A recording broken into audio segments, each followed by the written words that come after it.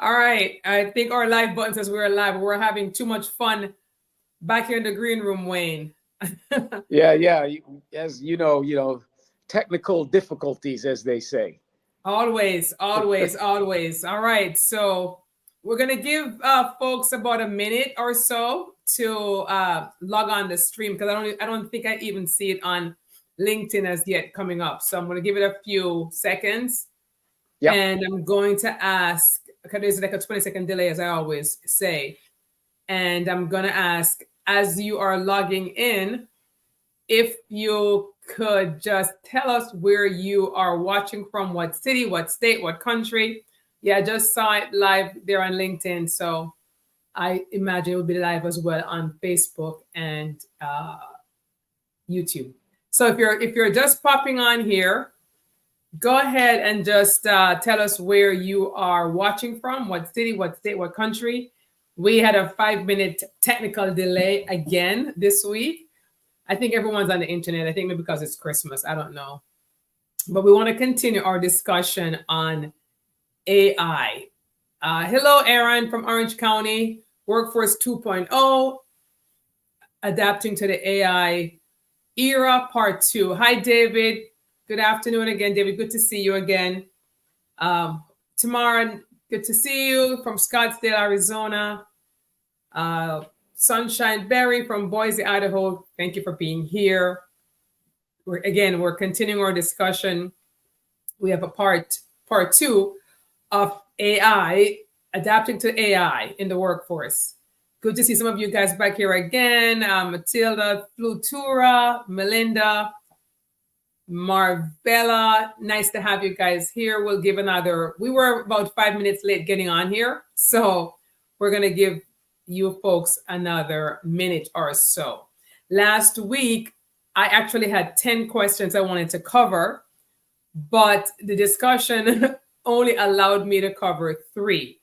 So I'm going to stick to 3 questions this week.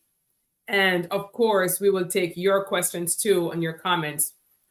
So we will get into it in a second here. Good to see you, Roy and Cruz, and Ireland is in the house. Hey, Ireland. Good to have you. All right, Wayne, how are you doing today? I'm doing great. Feeling good.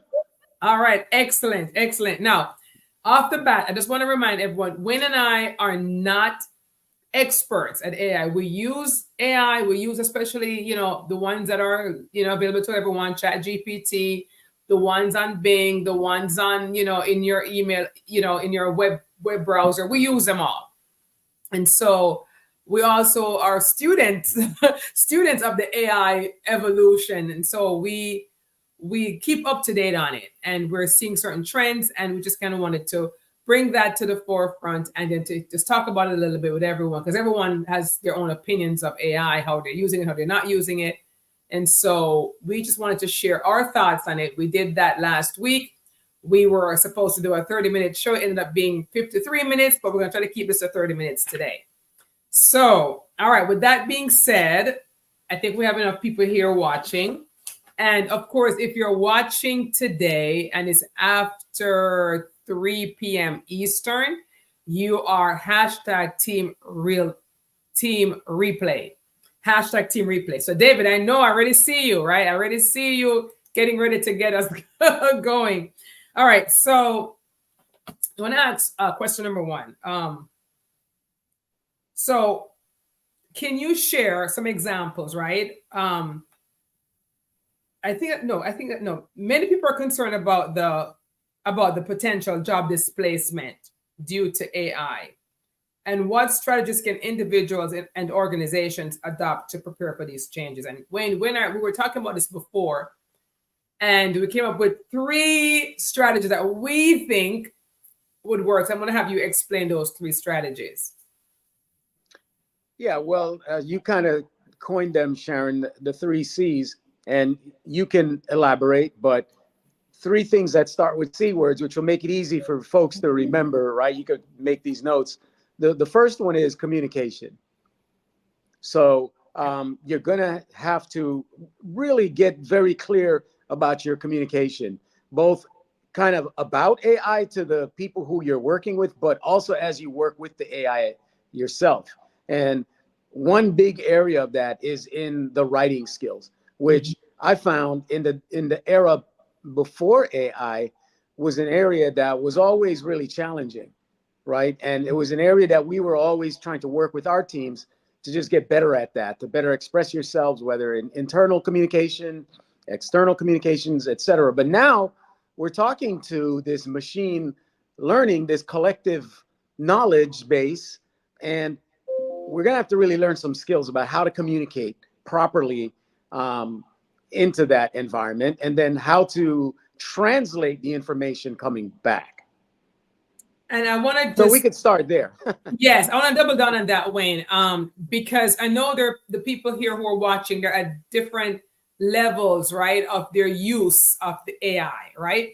And it's very important, the one about the communication. And I'll give you an example. So today I wanted to use ChatGPT to help me with something. And I tried 3 or 4 different prompts. It just wasn't, it gave me something, but I didn't like it. I didn't like how it sounded. And I felt like I was going to have to put in a ton of work, right? So I might as well do it myself, right? And I make this point because ChatGPT can be very helpful, extremely helpful. However, it is not going to be the end all be all of communication. So if we think that we can just rely on ChatGPT to give us efficient work, we're wrong. We're going to have to level up our own communication skills. And I think ChatGPT can help us with that because it gives you a good base, but we have to go beyond the base it gives us, right? So I rejected the offers from ChatGPT today, and I was in my website and I saw that they were also offering AI services. So I pumped in my prompts and exactly what I wanted into Wix's AI prompter. And it gave me something that was much more in keeping with what I wanted. The point is, if I don't have good communication skills, I won't know what I'm even looking for. So we have to sharpen our communication skills, both in writing and also in our understanding as well. Yeah. And I heard you refer a couple of times, Sharon. You said you wrote a prompt. Yes. For the AI, and it didn't work. And so then you tried it in another AI environment and it worked much better. And again, people who are listening to this broadcast are at varying levels of how much they're working with the AI tools, how much they know about it, et cetera. So maybe you could talk a little bit about that piece. Yes. Just, what do you mean when you said you wrote a prompt? Okay. So when I'm, using the AI, but it's ChatGPT, Bing, or whoever, I get very specific as to what I want. So my prompt is my communication to the AI. Hey, right. ChatGPT, I want an email that's going to this particular audience. These are their likes and dislikes. They're leaders, managers, team members, and they're also unemployed. And I want this language to be motivational. And this is what I want to cover. I want to cover these points. I mean, I give it a lot of information. And then this is what it comes back. Sometimes I write the email myself, excuse me, and say, ChatGPT, refine this. But I give it a lot of data. Excuse me. Yeah. And excuse me. I'll give you a for example. We were getting ready to work with a client, and we were going to work with a particular workbook or a particular book that's a management book. And there was allegedly some workbooks that went along with it. But when I went to go take a look at the workbooks, by just reading some of the excerpts from the workbook, I could tell it had been someone being very lazy with AI, because the moment I read it, I can tell that, it was AI language, or it was heavily AI influence, and I immediately didn't trust it. So that's some of what we could think about when we are writing the prompts, when to get the information out, or when the information comes back. How are we handling that information? Are we putting it through the test? Are we just copy and pasting and then sending it off to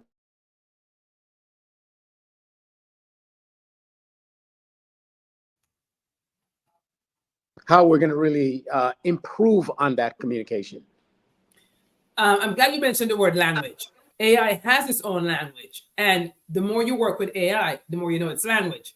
And the more you can identify its language in other people's writing, which is why, back to that first C of communication, it's important that you also have good both verbal and written communication skill. And I say verbal because AI has now, gone to that next level where you can actually talk, to your avatar, the voice person that you choose in the AI. And so if you're not able to verbally communicate what you want, it's going to be garbage in and garbage out, because now you can actually do AI on the go. Hey, AI, chat GPT, you can literally talk your prompt in. So, improving your own communication skills is going to be very, very important to get the best out of it. Yeah, it's amazing to me how much, it's that old adage, no matter how much things change, they also remain the same. So yeah, we're in an AI environment, and yes, a lot has shifted, right? Some people would say it's like a tectonic shift, but some of the old stuff still applies, like garbage in, garbage out. Absolutely. Right? That didn't change, right? And so it's not like this magical solution that we just pump in whatever, and then whatever comes out can just be reused so easily. All right, so that was the first C. The second C that you were sharing with me, Sharon, is creativity. How can people think creatively about their jobs and about their positions with the use of AI? Yes. And I think creativity is so important. I used to say I'm not a creative person because I thought of creativity as, gee, you can really design something or whatever. But it's really how you design your mind too, how you think. And I think that AI right now is a level playing field for everyone, right? So how are you going to use it in a way that other people aren't using it? Now, I've heard people send me information, they said, hey, I'm using my AI to make money. How? I'm using my AI to create online courses. I'm using my AI to, because I guess you have some avatar now that actually can speak, so you're not even using your own voice. So how can you creatively use AI to enhance, what you do and even who you are, to enhance your brand, to enhance your, your communication? So creativity, whereby everyone's, so like I said, it's a level playing field. Everyone's right here. What are you doing to go here, even with the AI? What are you doing? Yeah, I would say one of those things that we could put on the table is experimentation. Yeah. Using some curiosity and pushing it to see where you can go with it. I think there's still many of us who are somewhat afraid of it. Yes. It's like, maybe if I stay over here doing what I'm doing, this will go away and I won't have to know it. Right. Yeah. But yes. But that's not really going to be the case. At least I don't think so. No one knows the future. But from what we can see, this is not going away. So ignoring it is really not the answer. A better answer is to embrace it and to test it, to use the AI to run certain scenarios by it to see what kind of information you get back or what kind of assistance you get back. Then you could seriously think about, oh, wow, I was really good at this, not so good at that. So how can I use the parts that's really good to get me a result that either I want or my team wants or my boss wants or whatever? And it's to David's point. He says, okay, sorting out what we want AI to do. And I think I like the what we want part of this point David is making, because it's not like AI is our boss. And I know people are afraid it's going to be our boss one day. I know all of that talk, AI gone rogue and so on and so forth. But I think as long as we keep maintaining is what we want, how we want to use it, how we want it to use the computer, how we want to use AI, it's going to be important that we remain in control. And there's a third C, Wayne. Yeah, the third C is competence, which is all about learning and, or knowledge, right?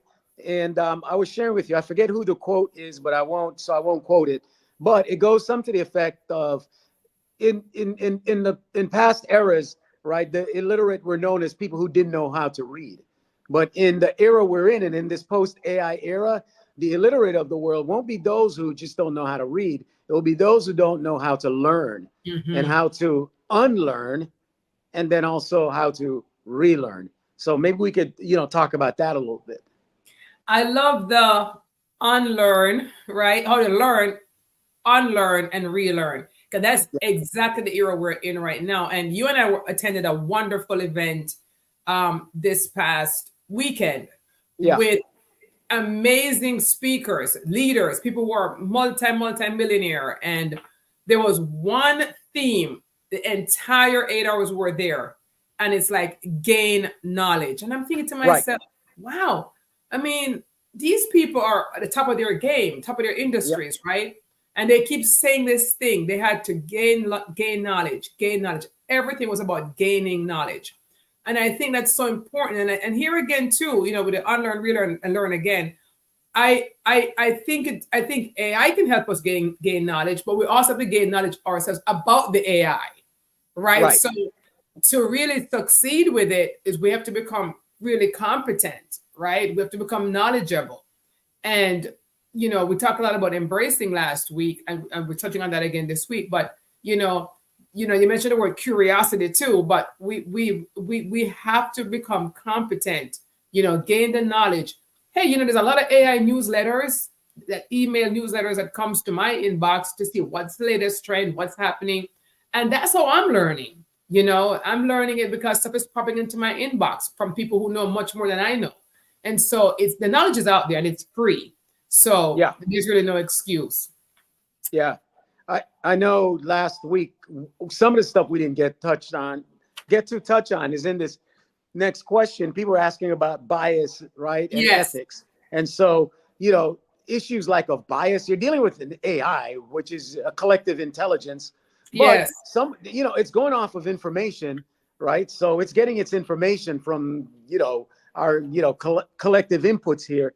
So there are questions about how does bias creep in, and, you know, what are the ethical limitations or standards that we should be considering as we use these tools, you know, behind the scenes, right? Whether we're in full disclosure with our clients or with whoever we're working with or whatever. So what steps can be taken, Sharon, to ensure, you know, that there's, you know, fairness and ethical use of these technologies as they emerge?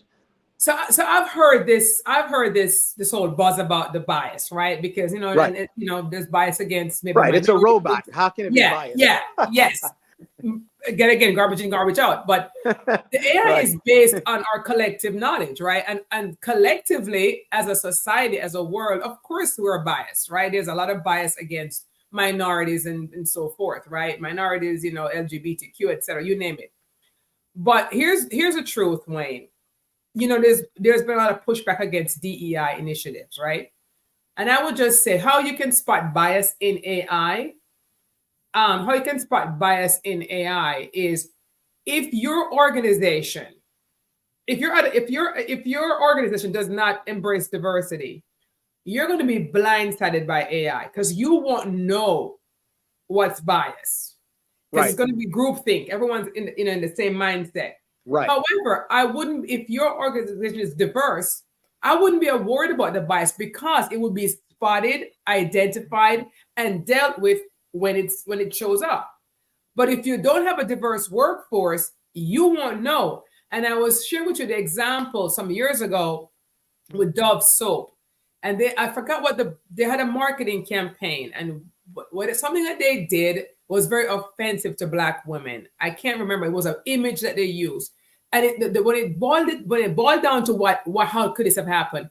There was no woman like that at the table.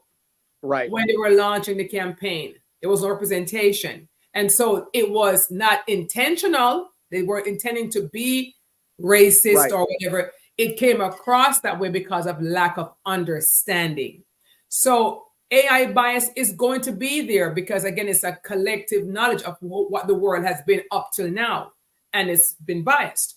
But if you have a diverse group in your organization, Wayne, that can be identified. So and I always say this thing, there's a real business case for diversity. It's not a political statement. There's a real business case for diversity. Right. Yeah, that's good. That's good.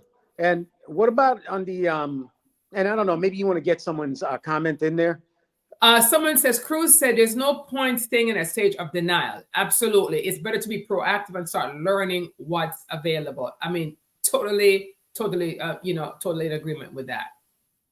And Yeah. and I think, you know, we had done like a bit of a starter. I did a Yeah. PDF, just like 5 or 6 questions that you can download here on our website, AI-at-work, and it's 5 or 6 questions that you can, you know, conversation starters at your team for your team meeting. That just talks about how your organization can look at AI as a team. Because I think, and I think it's going to talk to our next question, Wayne, how, you know, I think we talk about how to balance AI with human, right? With human Yeah. relations or questions, right? Yeah. But before we even get to that specific question, because it's all kind of bound up together. Yes. I had raised the issue of the ethical considerations, Yes. and you know what are those? What are some of those considerations that our audience needs to think about as they go about implementing these tools in their daily operations or in you know their workflows, et cetera? Some of the ethical things. I mean, so we talk about the bias because that's a big thing. That's one Right. of the big things we're hearing. And like I said, you know, having diverse voices there. If you're going to really embrace AI, knowing us is inherently biased. You do yourself a disservice not having a diverse group of people on these major decisions, right? So Right. that's the first thing. On the whole point of ethics, like last week, someone talked about, you know, how far is it going to go? People talk about plagiarism, you know, integrity issues, and they were Right. asking good questions like, was AI, was it plagiarism? Right. And my answer to that is, and the ethical integrity part is, I think it's a gray area right now about plagiarism, because if you're putting in the prompt and it's answering you, it's really your content. But what I like to do, when, and I mentioned this last week, and some people found it helpful, I like to really make it my own by putting in my own stories and my own examples. Which, by the way, on the ethics piece, even ChatGPT will tell you, don't put TMI, too much information in the prompt about you and about your company. So when I'm using company names, for example, if I'm going to use a client name, I'll just put XX. And so AI will respond to me with XX, because I don't want to put my business Right. out to that level. So on the ethical side, you know, you're querying companies, you got to just be careful. You know, you gotta, someone said last week, it's going to be a lot of litigation later on. Yes, maybe, but they have to first find out what the standard is and which rules are being broken. And right now, it's not clear. We just know about the bias. And I think what points back to me is Yes. that it will force companies to be clear about their mission, their Yes. vision, and their values. Like Yes. who we are, where are we going, what do we stand for? You know, Yes. what's acceptable, what's not. Because look, if you're going to cheat before AI, you'll cheat using AI. Yes. Yes. Right. It's one of those things again that, you know, there's certain things that are not going to change, although this is a huge technological upgrade that we're all getting, right? Or some of us may not want it, but here it is. And it may force us to actually be more transparent. And I think leaders and managers are going to have to do that. You're going to have to step up, talk to your people and say, okay, look, here's what we stand for. Here's how we handle these situations. Here's our policy. You know, you have to go look at it and, you know, create a policy, but it might open up some room for more communication, which kind of gets us into the next question. Before we go to the next question, David was asking, and Wayne, you're an attorney. You're not a copyright attorney, but you've done some of that work. He was asking, is there any copyright concerns? Yeah, big time. I actually follow a woman on Twitter, formerly Twitter, now known as X. I believe she might be on LinkedIn as well too. Her name is Chris with a K, Kris Kashtonova, Kashtonova. Well, Chris was one of the first people to actually create an AI comic book. So she had a very simple concept comic book that she created. Had the AI draw the pictures. I think it was Midjourney was the AI that did the pictures, and ChatGPT may have done the text. And she shot it off to the copyright office to go get a copyright. And they said no, and they cried foul because they said it was not an original creation of hers. So she actually got a lawyer, and they pursued the case. And I'm not sure where it is today, but I think there was a compromise of some sort where she was given a copyright for her original thoughts and the text that she wrote that came out of her brain. But like some of the imagery and so forth that was created by AI could not be attributed to her because she didn't draw it. So that is still an area that is emerging, and also related to that okay, the AI is drawing from the collective, input, right? So, well, it's drawing from a lot of copyrightable or copyrighted material. So what part of it, is an infringement on someone else's rights, and what part of it is fair use? So yes, there's going to be a lot of entanglements going forward in this area. And then Cruz agreed with you. Cheaters are present everywhere. I look at AI as a composite. So I'm not quite sure they're going to prove copyright because it's all of our thoughts, right? Thrown into this big pot. And AI is taking bits and pieces of it. And that's the reason why I think we go back to those 3 C's, Wayne. Talk about communication, leveling up your communication skills, your creativity, and your competence. I think it's so important that the more of you that you can put into what AI is giving back to you, you're going to be able to stay clear of that. The more of you can put in. David says, thank you, Wayne. Feel there's a huge misconception that everything on the web is free to use. It is a misconception, but here's a problem, David. Even though there's a misconception, and I know that there are actual buttons you can press to say, can I use this? Can I not use this? People ignore those buttons anyway, and they just use what they use. But I still think it's going to be very challenging to prove foul currently with AI. But on the integrity side and on the trying to be like, the most ethical that you can be, put as much of you as possible. I mean, we've all seen, I know I have, and Wayne have seen, even today on LinkedIn, I saw a post, and in the body of the post, it said, insert company name here. So I know that person used ChatGPT to ask a question, and they didn't review it. They just copied and pasted it in LinkedIn. And as I'm reading the post, I'm like, it says insert company name here, and I'm thinking, ouch, ouch. We can't be sloppy. All right, Wayne, let's get to the third and final question. Yeah, so we'll get down to. If you have any questions, feel free to ask them before we go. But we have one more question that Wayne's going to ask. Yeah, and the final question is about something I'm sure a lot of people here are very concerned about. And again, you get carried away with, the Terminator and the rise of the machines and all of that. So we could go way out there in the Terminator scenarios, but we are concerned about maintaining a human-centric workforce. So talk to us about that, Sharon. How do we keep a human, use AI to its maximum and get the benefits from it, but how do we maintain a human-centric workforce and culture?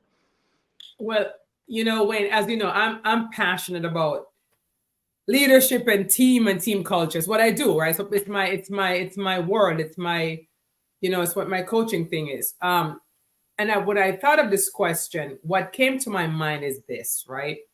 And it's going to take culture shift and culture change. So it's going to require the head of the organization all the way down to embrace what I'm going to say. So if you decide as an organization to adapt the AI, I think what we could use that extra time for, because AI does cut down on time. It does. Especially, for example, if you're in the marketing department, you have to write copy.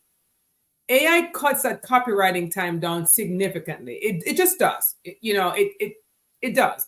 It cuts on the thinking time. It cuts on all of that. So if you're using it smartly. But what do you do with that extra time? So some companies are like, well, we can lay people off, we can fire people, and that's going to happen no matter what we do.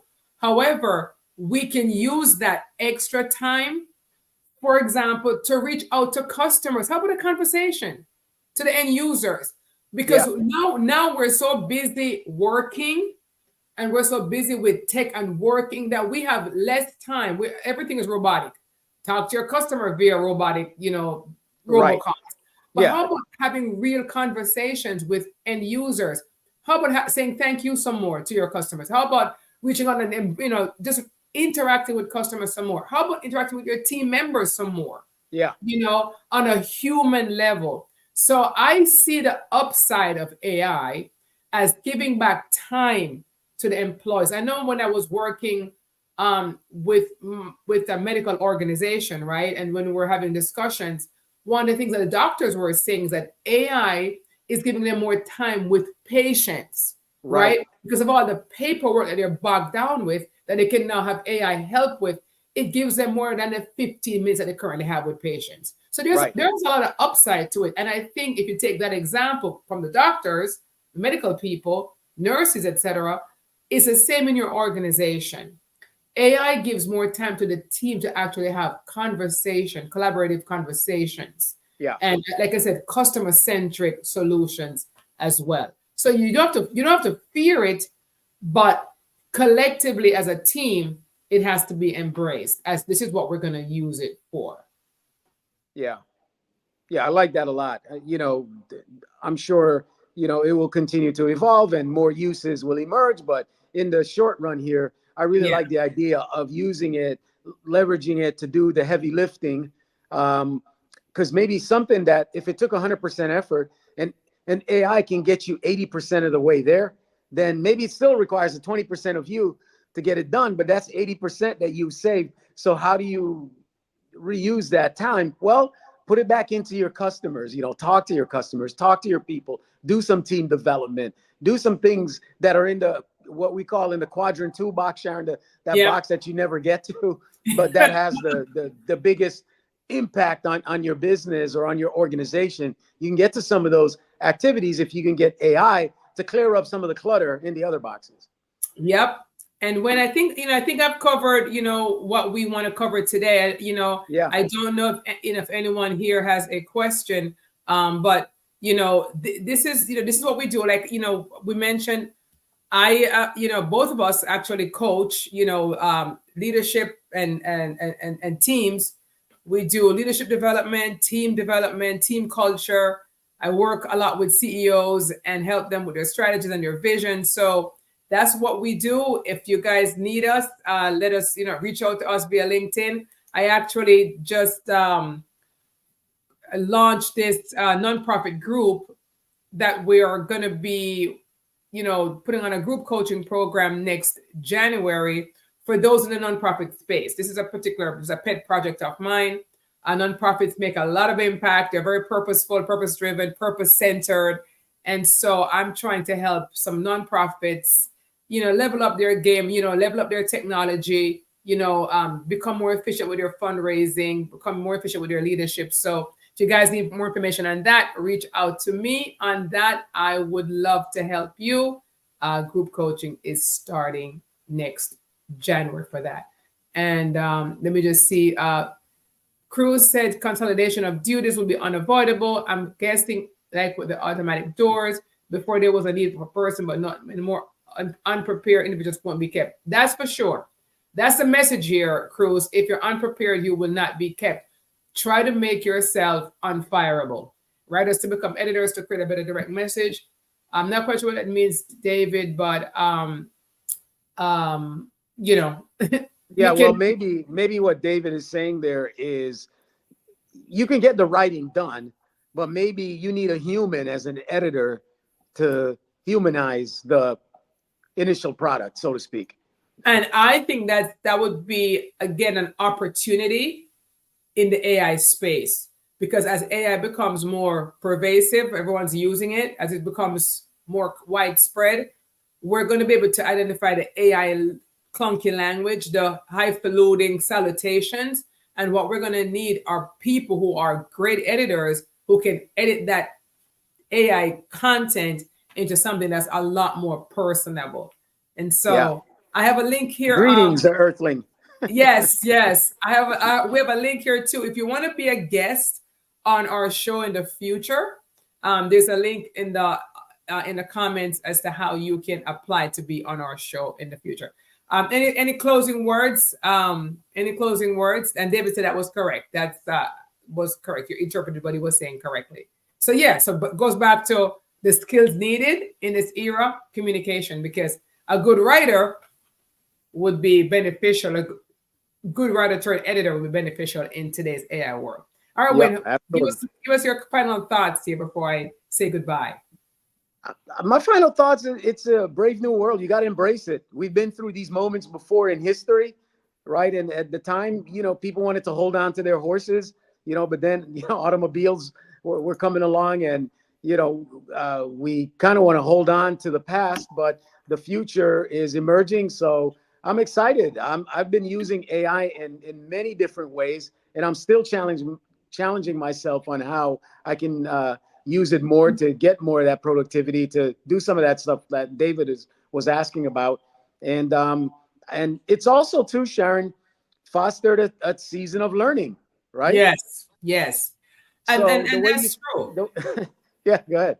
No, what you said, that season. You and I have been having this conversation all weekend about knowledge and learning and leveling up skills. And, I made a post that we can't pour from an empty cup. We do a lot of teaching, we do coaching, but we have to fill back up too. And it's just, I feel like I'm entering a season of even higher knowledge and higher learning. And it is where we're at as a society, as a world, right?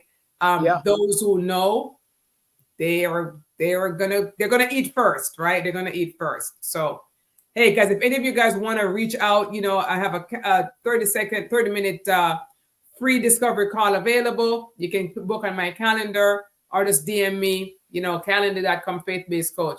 All right, guys, thank you so much for watching. And we'll be back next week. I think we're going to be done with the AI conversation for now. Next week, we'll have something else. I think maybe something on team building, team culture. And so I have a couple of good people that I'm looking forward to speaking to on that. Wayne, thank you so much again for being here. And all of you guys who are watching, both on LinkedIn, Facebook, and YouTube, thank you so much for watching. If you're team replay, if you're watching after 2:45 p.m. Eastern, you're a team replay. But we'll still answer your questions in the feed. Take care for now. Bye. Bye-bye.